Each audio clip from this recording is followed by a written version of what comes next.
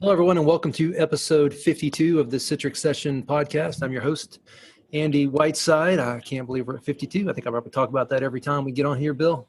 Bill Sutton, Director of Services at XenTegra. Bill, how's it going? Going well, Andy. Thank you.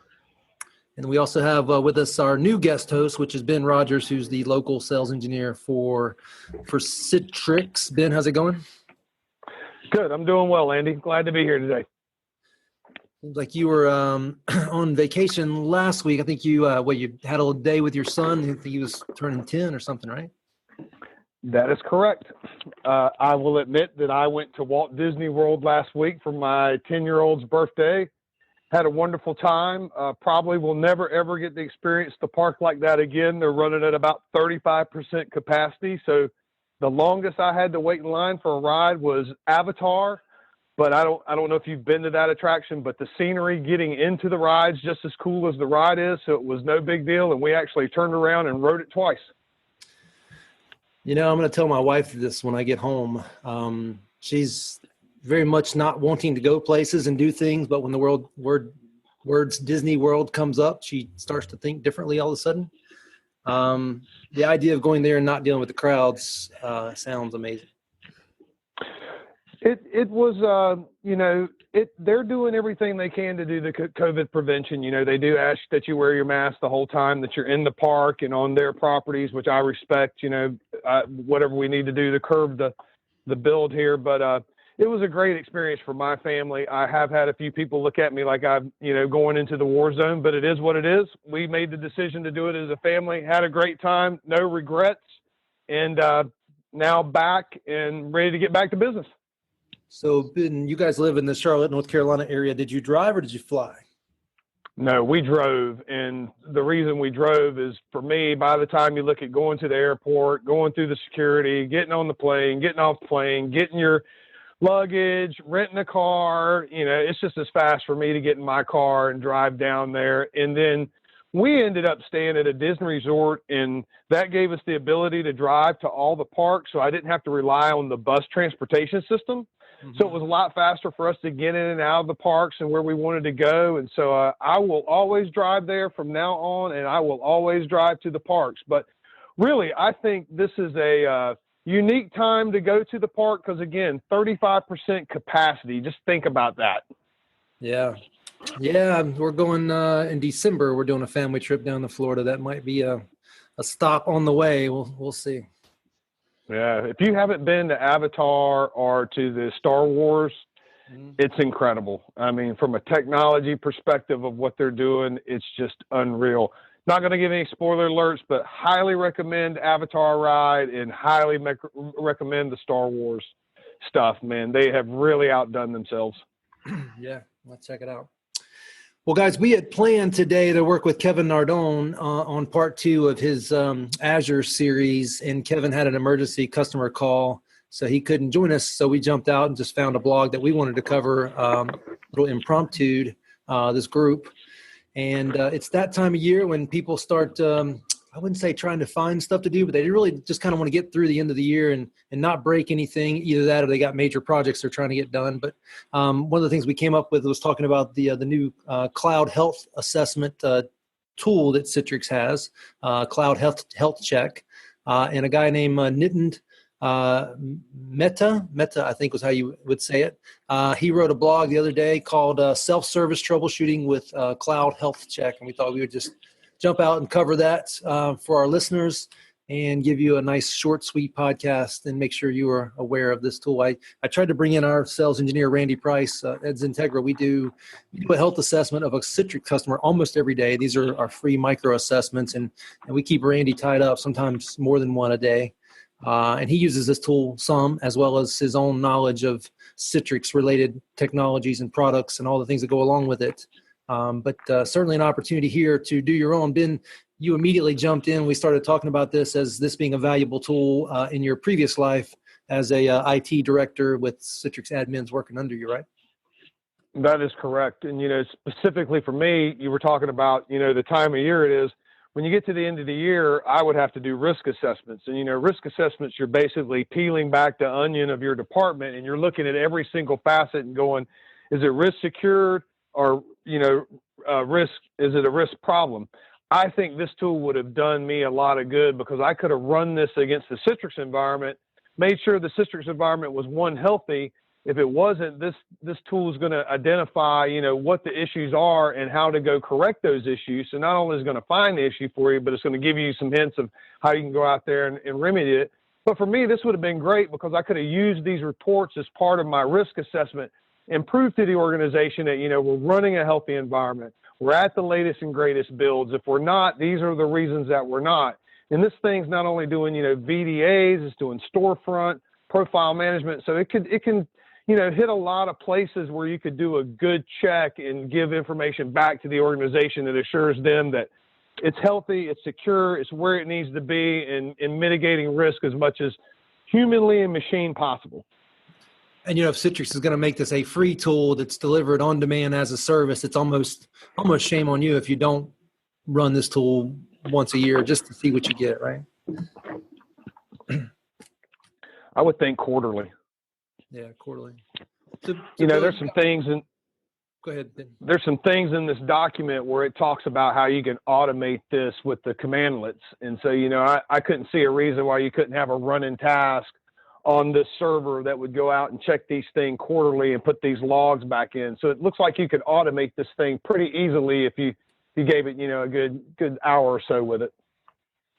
Yeah, for sure. Yeah, definitely put it into a script and schedule that thing. And so you run this on just any random server, or does it have to be one of the Citrix controllers or VDA, or does it matter? No, it's just a domain joined server from what I'm reading. Mm-hmm. Cannot be, there is a caveat, cannot be a cloud connector. Okay. Yeah, I guess you need to have that third-party view into the system, and if you are part of the system, that would make it hard, or maybe there's some code issues that would cause a problem. So, Bill, obviously you've got a long history in doing Citrix-related work. How did we do this in the past, or did we not? I think you mentioned. Well, there was the CIS system, I think. I can't remember what that stood for, but where you could leverage the Scout tool on the endpoint and run it, and then upload the files to upload the files to CIS. Scout would actually run, I believe, a kind of a health check oriented process, and then it would upload the files, and you could go to CIS and see the results.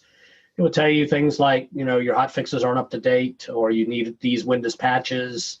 It did it also for provisioning services as well as what was then NetScaler. I think PVS, you had to actually download the file that it obtained and then upload that to CIS. This sounds like it's a lot more automated and probably more comprehensive than those tools. Certainly not as kludgy to do, but I haven't done it myself, but we'll be doing it shortly. So here's what's so enlightening and sad all at the same time. You talk about the old way of doing it, which was revolutionary at the time. Yep. Now we're like, if we can't just download one agent and click a button, it's too much work, right? Exactly.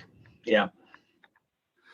Well, kudos to Citrix for putting this out. I mean, this is somewhat new to you, and obviously as a sales engineer, this is kind of a great tool in your back pocket to be talking to people and putting in front of them and showing them the value of as a service technologies. Yes, incredibly. That's the one thing that I was talking to Jeremy, my boss, about doing this podcast. This has been crucial for me because this has allowed me to learn things about the product that I probably would have never been exposed to. So I thank you for including me on the podcast, because now I have this as another weapon in my tool belt to go in, and if people are having performance issues, just simply say, hey, have you tried to run this against your environment to see where it could possibly be? And immediately administrators are going to be like, yeah, let's just give it a try to see if it uncovers anything. And it looks like it does a pretty comprehensive test against VDAs and storefront and profile servers. So I'm like Bill, I'm ready to get out there and see, what this is going to look like in the environment. Yeah, the good news is we use this podcast to cover at least one topic a week. The bad news is there's at least 20 to 30 new topics every week. So as hard as we're trying, we're still getting behind.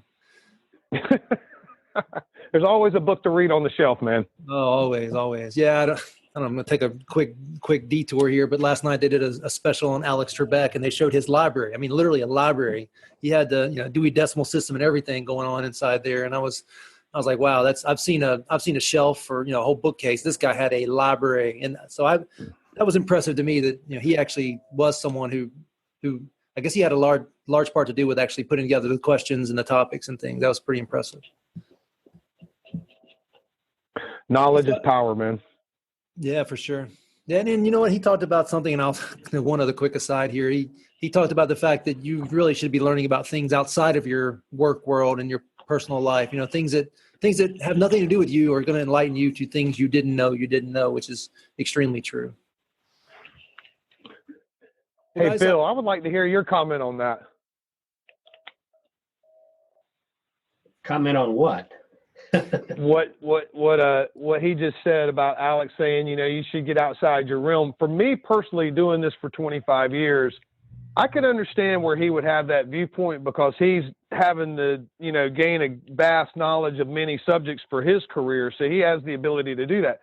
Sometimes in IT, I feel like it's everything I can do just to keep pace that, I have to keep reading the latest mags and, getting out there and looking at the latest certifications. And it's hard to get out of the bubble because the bubble is moving so fast.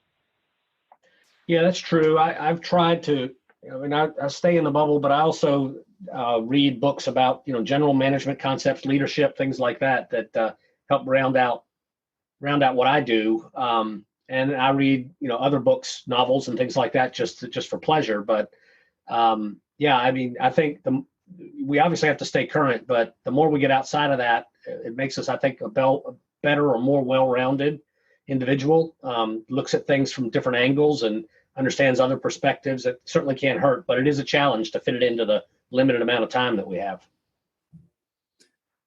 Yeah, I think one of the areas that I'm struggling now without travel is I used to listen to a lot of podcasts. Now I only listen to a few podcasts, and that's definitely going to catch up with me over the next year or two. The lack of knowledge that I would have absorbed just through day-to-day in transit type of things. Exactly. All right, guys. Well, on this topic of this cloud health check tool, not a lot for us to talk about here other than the fact that Citrix is doing us all a service by providing this as a service from a cloud, if you will. And there's really no excuse not to do this, and I'll shameless plug here, encourage you to reach out to us and let us do one of our assessments every year. Of course, we're going to find things you need to work on, but that's part of why you do it and why we do it with you is to create an opportunity to be a better partner together. And so with that, I'll kind of wrap this one up. Bill, anything else to cover before we adjourn? No, I would say these kinds of health checks are fantastic, and when we do our health checks, obviously they will typically incorporate, or they may incorporate this or something like it, but obviously we go beyond just the basics here and look at things that are more qualitative rather than technical. Things like level of experience of the staff and things like that are as well as Active Directory and group policies and things that may not be captured by this. So keep that in mind. We can definitely help out our listeners beyond what this tool provides. And there's really two elements, right? We have our free one-day assessments, and then we have our multi-day, sometimes up to 7 or 8 day assessments where things get a lot deeper and a lot more documentation is produced. But either way, certainly areas we can partner with customers and partner with Citrix, to be honest, to find ways to add value along the way. There's a reason why they call it a value-added reseller and not just a reseller. All right, Ben, any more trips to Disney World coming up in the next week or two? Oh, no, we're staying close to home, getting ready for the holidays, my friend. Yeah, as we were speaking just now, my reservation for our Thanksgiving dinner just came in through email and said they had canceled on us because of the latest COVID concerns. So maybe we'll have to take a trip to Florida, I guess. It'll be real interesting, man. Definitely strange times that we live in, my friend. That's for sure. All right, guys, we'll keep plugging away. We'll keep doing these podcasts. Hopefully people are finding value. I did put on LinkedIn the other day that we had done our 50th the other week, and I got a lot of positive feedback from that and people saying they really appreciate it. So we'll keep doing it and plugging away and sharing the knowledge the best we can. You guys have a good day. Thanks, Andy. Good. Have a good one, Andy.